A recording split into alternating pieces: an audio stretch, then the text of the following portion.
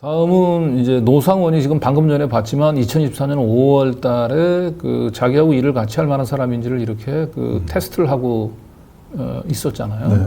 근데 이때 노상원이 이제 이건 언론에 많이 보도가 된 거죠. 예, 군산에 있는 뭐 무속인을 찾아가지고 이 군인들 이 사주를 하나씩 그 주면서 얘를 같이 데리고 갈는지 아니면 배신자가 되는지 이런 것들을 사전에 알아봤다는 거죠. 오늘 그 내용도 아주 흥미로웠어요. 흥미로웠어요. 근데 네네. 이 시기가 다 겹쳐요. 네네. 2024년 초입니다, 다. 그러니까 그때부터 노상원은 누군가로부터의 제가 볼 때는 김건희 씨로부터 특명을 받고 다양한 방법으로 그 계엄을 준비했던 걸로 보입니다. 네. 네. 자, 한번 들어보시죠. 네. 2022년 2월부터 24년 1월까지 노상원 전 정보사령관이 수십 차례 방문을 했죠. 네. 예. 그 처음에는 이제 개인적인 운세를 물어봤는데 2024년부터 그 나란 일을 언급했다고 그렇게 말씀하셨습니다. 23년도부터요. 예. 그래서 첫 번째 물어보면 배신자 색출을 위한 군인 명단을 제시하면서 그 점괘를 의뢰했다고 하는데 그런 적이 있습니까? 네.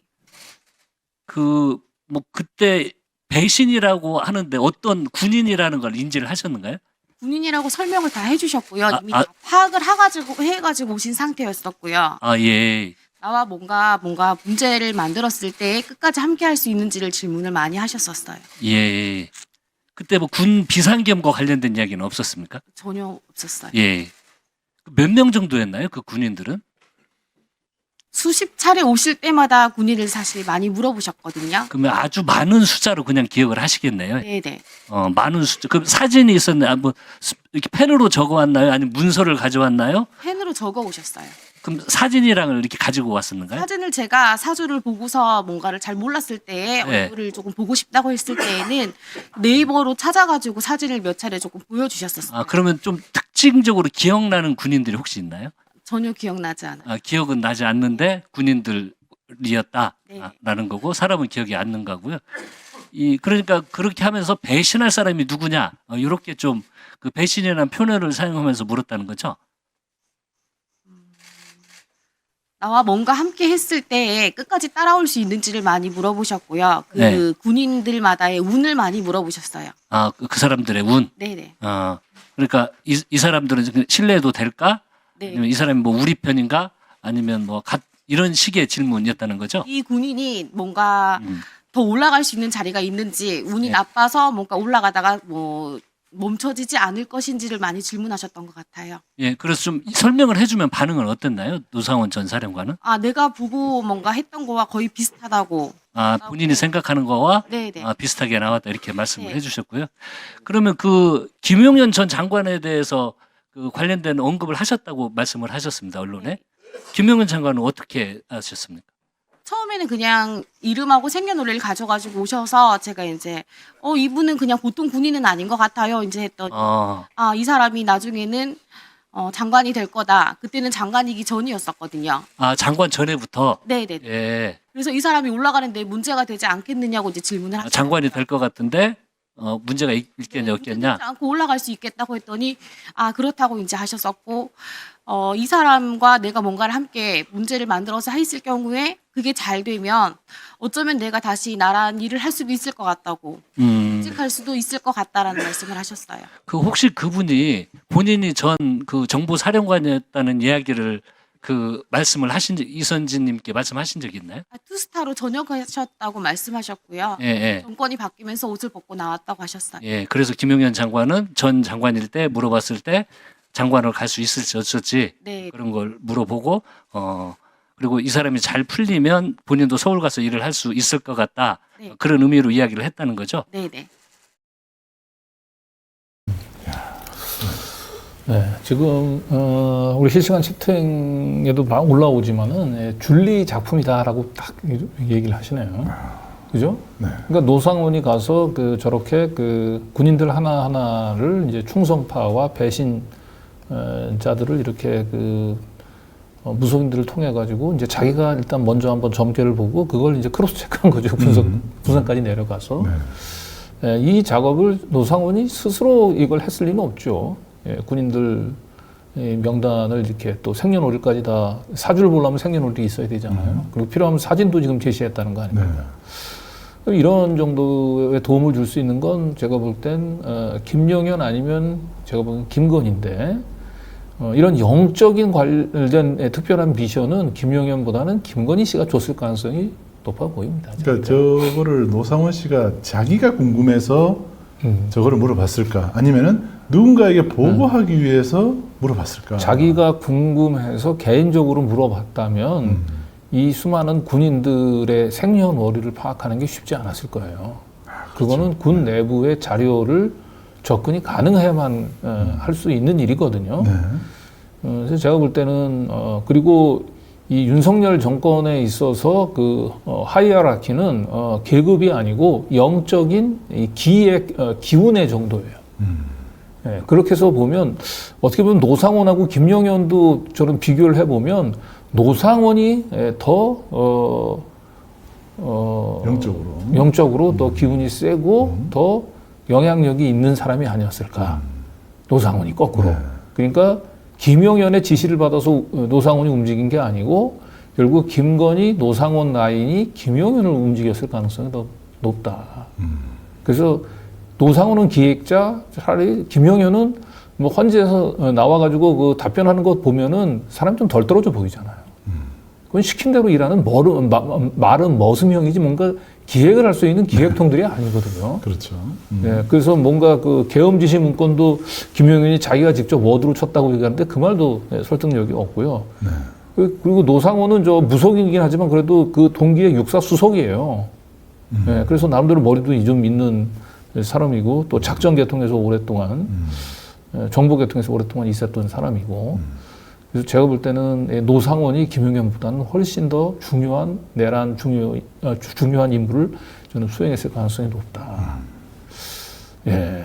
그래서 오늘 아주 저 얘기도 굉장히 충격적이었고, 그렇죠. 저희는 이제 시기를 나란 일이라고 하면서 이제 가져와서 점괘를 보기 시작한 게 2024년이라고 얘기하는데 그 당시 기사를 찾아보면 시기가 2023년 5월이에요, 정확하게. 그러니까 이 총선 직후에 192선. 아니 총선 참패하고 난 뒤에 이제 계엄을 하기로 마음을 먹고 이제 그 거사에 동참할 수 있는 군인들을 이렇게 물색을 하고 다녔다. 근데 그 방법이 저렇게 이 무속적인 방법으로 좀 진행을 했다는 거죠. 아니 그 어떤 군인들의 인사나 이런 것들은 인사 부서가 있고 그 사람들을 또 이렇게 관리하는 뭔가 체계가 있을 거 아니에요. 네. 그런 거 다 무시하고 이 사람이 나랑 끝까지 갈 것이냐. 네. 저거를 그 상황에서 물어봤다는 것은 네. 저 때부터 자기 머릿속에 계엄이 있었다는 거예요. 그렇습니다. 네. 모든 게 이제 그걸 계엄을 가르치고 있는 겁니다. 네. 자, 그리고 뭐 구술했다 뭐 이런 얘기까지 있었어요, 오늘. 네. 네. 그렇죠. 이제 이거는 뭐 노상원하고 직접 관련된 것은 아닌데 윤석열 정권이 얼마나 그 무속 정권이고 또 이 계엄을 결정하는 과정에서도 무속이 얼마나 큰 영향을 미쳤는지 다시 한번 보여주는 이것도 뭐 일부 언론에서 나오긴 했던 것이긴 한데요. 네. 오늘 뭐 국감장에서 이게 이제 공식적으로 화제가 이제 질의와 답변이 나왔습니다. 네, 같이 들어보시죠. 우리 신용환 참고인하고요. 우리 아까 그 나오셨던 이선진 증인이 계셔서 이선진 증인 잠깐만 나오시면 아니 누구를 나오신? 이선진 증인 먼저 하겠습니다.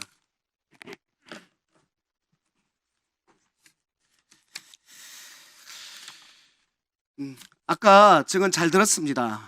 그 노상원 씨가 어떤 일을 일으키면서 같이 할 사람들에 대해서 점을 봤던 것으로 보입니다.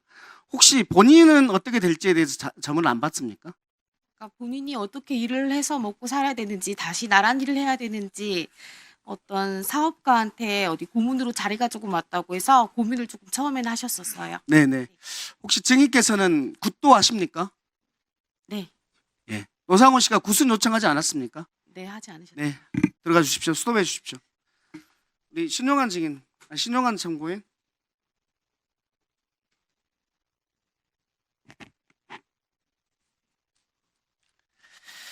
예, 한겨레 20일 보도에 따르면 윤석열 대통령실에 역술인 출신 4급 행정관이 있었다, 채용됐었다라는 보도가 있습니다. 왜 대통령실에 역술인이 필요하다고 봅니까?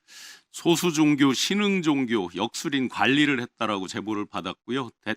대통령실 직원들, 대통령 내외와의 궁합 이런 것들을 봤다라고 제보를 받았습니다. 직원 채용할 때도 네. 그렇게 본 겁니까? 네, 그렇게 제보를 예. 받았습니다. 해당 보도에서는 대통령실에 굿과 관련된 여러 가지 일도 추진했다고 하던데 관련 제보가 있습니까? 그 소위 이제 영빨 좋다고 하는 5대 명산에서 같은 날, 같은 시에 동시에 구술했다라고 제보를 받았고 실제 굿 한 곳에서 4천만 원 이 정도 받았다는 걸 산들이 직접 계룡산, 확인했고, 가막산, 설악산 이런 산들입니까? 네, 맞습니다. 그 굿당에서 확인도 했습니다. 네. 손바닥에 왕자를 새기고 나오셨던 분입니다. 윤석열이. 그리고 건진, 천공, 그다음 미륵보살 명태균, 버거보살 노상원 씨까지 나온 상황에서 지금 대통령실에 4급 행정관이 역술인이었다라는 겁니다. 참고인은 이 국가 무속에 대한 제보 여기에 대해서 왜 신뢰를 하는 겁니까? 실제 그 분야에 계신 분이 직접 제보를 주셨고 그 협회 관계자분들과 확인을 해서 제보를 주셨고 실제 현장에서도 체크가 됐기 때문입니다. 네, 마무리 주세요. 구술을 한다는 것은 어떤 의미입니까?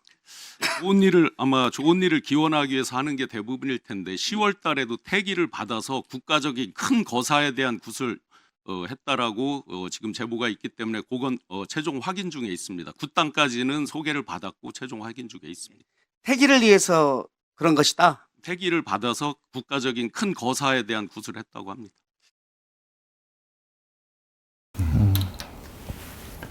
예. 10월, 그죠? 10월. 왜냐하면 10월 1일 국군의 날이 있었잖아요. 네. 그리고 10월 14일 이런 네. 중요한 이제 순간들이 있죠. 네, 그러니까 아마 날짜를 미리 받아놓고 10월 달에 구슬했다는 얘기죠. 그러니까 그 날짜를 받은 날에 구슬했다는 게 아니고 아마 이제 그 계엄을 위한 이제 날을 하나 받아놨을 거고 예, 그날 계엄을 일으키기로 마음을 먹고 10월 달에 이제 그 계엄 성공을 위한 구슬 했다는 제보인 것 같아요. 근데 저 비슷한 제보가 제가 2022년도 대선 직전에도 똑같은 제보를 받았거든요. 그때는 이제 계룡산이나 이제 이런 쪽에서 지금 누가 그 징을 좀 울리면서 굿을 세게 하고 있을 거다. 동시에 전국의 명산에서 뭐 그런 제보를 지금 받아가지고 바가 있는데 이번에도 역시 이 계엄을 일으키면서 이런 5대 명산에서 유명한 무당들 동원해서 굿을 했을 가능성이 좀 높아 보입니다. 다 끔찍한 얘기들이죠. 그렇죠. 네. 네, 저런 사람들이 국정을 운영했다. 네. 참 단 1초라도 지금 허용해서는 안 될 상황입니다. 네.